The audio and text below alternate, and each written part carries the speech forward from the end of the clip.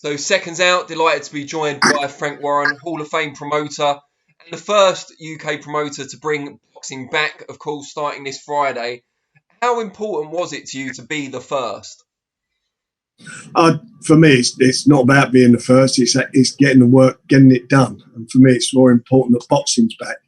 The fact that we've worked very hard with the border control, with the health people, doctors and so forth. It's just, we need to get our fighters out. We need to get them busy again. We need to get boxing back on television, even though obviously we've got it's behind closed doors, and we need to make it relevant as a sport. All the other sports are back on and up, and we've got to be there with them. And it's important our sport is there with them. I saw some comments from Board General Secretary Robert Smith yesterday, how thankful he was that the major promoters in the UK have managed to avoid clashes for the most part. Is that something you thought about when you were putting the shows together, to avoid clashing with anyone else? Well, we did, and I had lots of conversations with Robert, and what I suggested to him is that even if there were clashes, that we spin coins. I don't care if I'll win and I'll go first, somebody can go the week after and so forth. But the facts of the matter is, I think we're the only ones doing any shows this month. I don't think anybody else is. So it is what it is, and we just move forward. I'm sure going down the road there's going to be clashes because that's the nature of the sport. But as it is now, it's important that we just focus on getting an event out of the way and seeing how it works, because there's this is new ground for everybody. We're in a studio, it's a closed environment.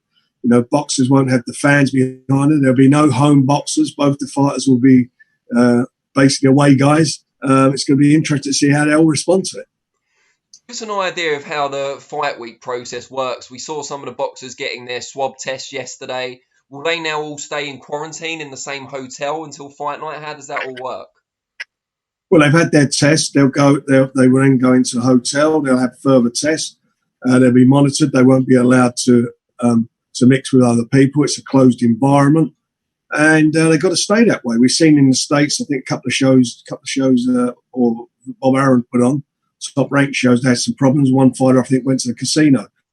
None of that can be allowed to happen. This is really important that these fighters, and it's not just the fighters, it's everybody involved. It's the cornerman, it's the man. If there are managers or trainers, every one of them has to be very responsible. We're also going into quarantine our officials and doctors. So it's something that's never happened before. And obviously it's an expense and a cost that we have to bear. Is that one of the reasons you decided not to have press at these shows, partly because it's even more people to be tested and even more risk? No, not at all, Dan. The problem is that we're in an enclosed environment. We chose to go to a studio because it's easier to control. We felt it's a safer environment for everybody, and it is easier to handle and maintain that security. There's only a certain amount of people allowed in the building at the studio. It's the biggest indoor television studio in Europe, but it's only a certain amount of people are allowed in there. And you've got to take into consideration some of them are going to be BT staff and personnel, and some of the people who actually work in the building.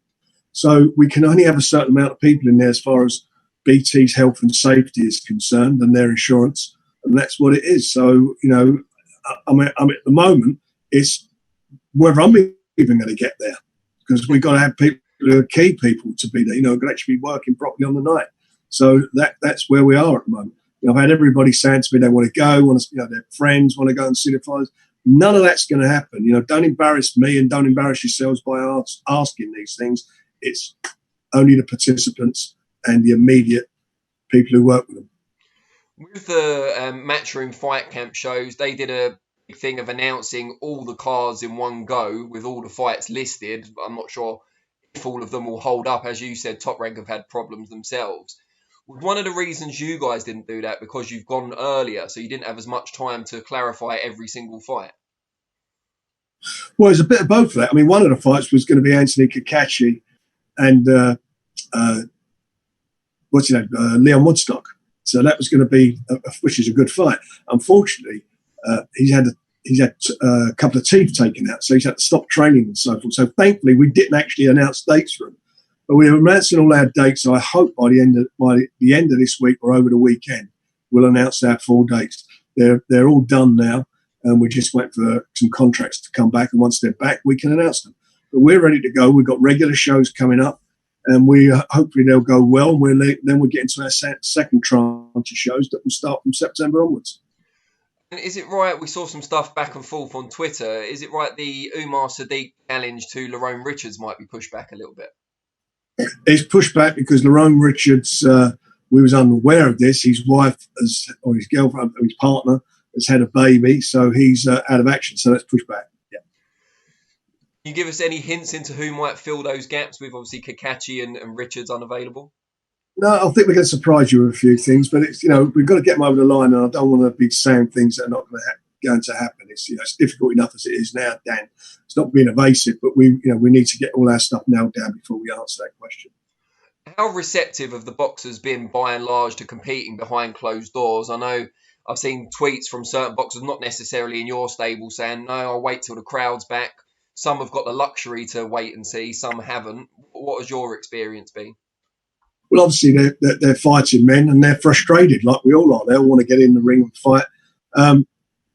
Look, we'll do our best to accommodate everybody who wants to fight. Those who choose not to fight until there's a live audience, that's obviously down to them. But the fact of the matter is, I can't tell anybody, nor indeed can anyone, say when sport is going to take place before a live audience. It may not be this year. I hope it's going to be. I mean, we've got a big show penciled in for October, and fingers crossed that's going to happen.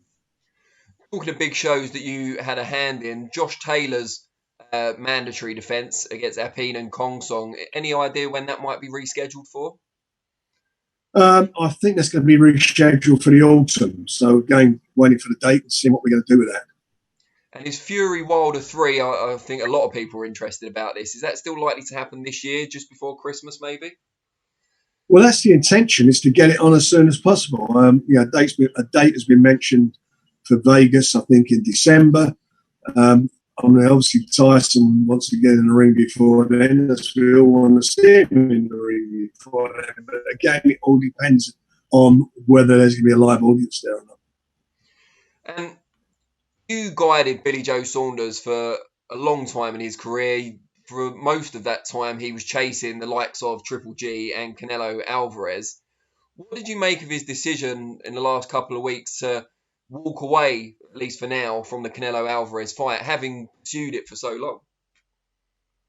Look, that's his choice. I mean, as you say, I'm no longer, working with Bill. I wish him all best for the future. Whatever he decides to do, that's up to him. I mean, that's his decision. It's not even in my mind.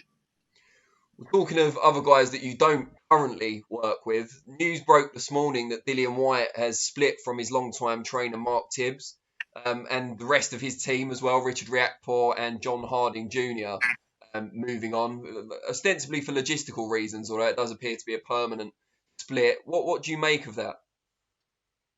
I didn't know. I knew nothing of that. You just given me the news. I was unaware of that. I don't know. Mark's a good trainer and so forth. God knows what's happened. But it's nothing unusual in boxing, is it? We see it happen all the time. Boxers leave, go from here to there and everywhere. I don't know where. I mean, but, I suppose really deep down, maybe he's taking his frustration out on them in as much that he's been sitting on his backside for 2 years waiting for a shot at the title while everybody's, he's at the bus stop and the bus don't stop there and he keeps seeing everybody going on fighting for world titles. It's not happened for him.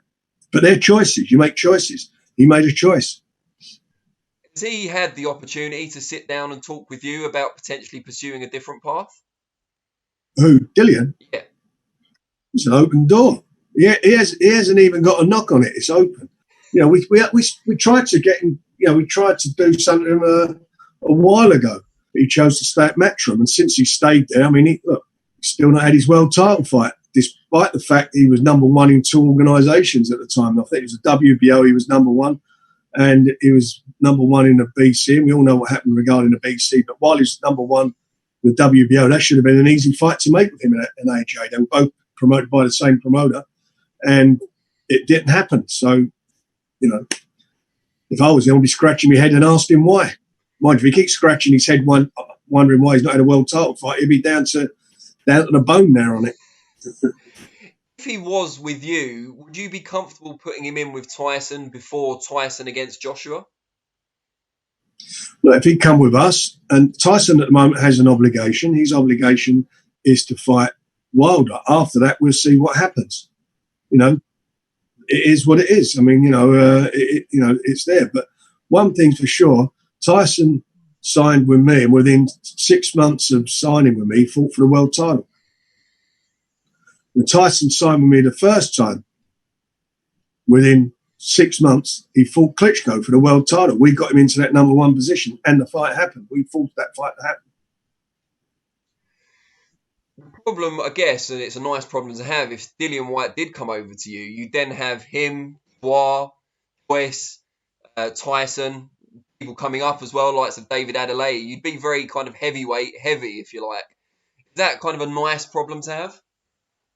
Well, I'm happy where I am now. If Dillion wants to come and join the party, that's great. We'd love to have him on board. Not a problem with that. But, it's very exciting times for the heavyweight division. I mean, I can't think, in my time in boxing, it's ever been so exciting as far as the Britain's concerned. We've got how many of the belts in the UK? It's amazing, isn't it? It's amazing. It's all here, and good quality champions, and more importantly, good youngsters coming through as well. So I'm really, really thrilled to be involved in the fighters that we're involved in that division.